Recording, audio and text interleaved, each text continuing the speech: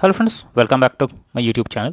In this video tutorial, I will show you how to fix eFootball 2026 stuck on download completed error. So let's go through the methods.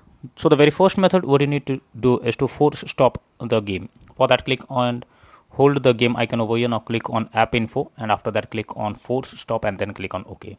After doing this step, now check if the error that you are coming across is resolved or not.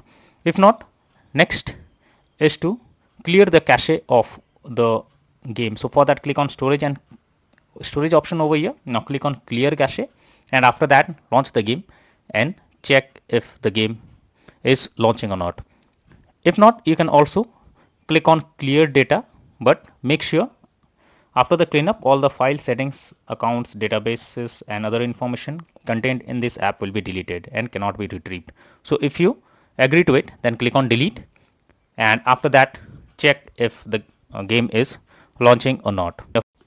Next method is to check your internet connection. So make sure your internet connection is stable and not fluctuating. If there is any kind of internet connection problem, and if you are using Wi-Fi, then restart your router once or move to mobile data, or do vice versa, and then check if the game is launching or not. Next is to check if the game needs any kind of update. For that, go to Google Play Store. In the search option, search for the game, and after that check if the game needs any kind of update over here. If yes, update your game to the latest version, and after that launch the game and check. But if the issue still continues, then you are suggested to reinstall the game. For that, click and hold the game icon, click on delete icon, and then click on uninstall. Now after uninstalling the game, again go to Google Play Store. In the search option, search for the game, and finally reinstall once again, and then check if the problem is resolved or not.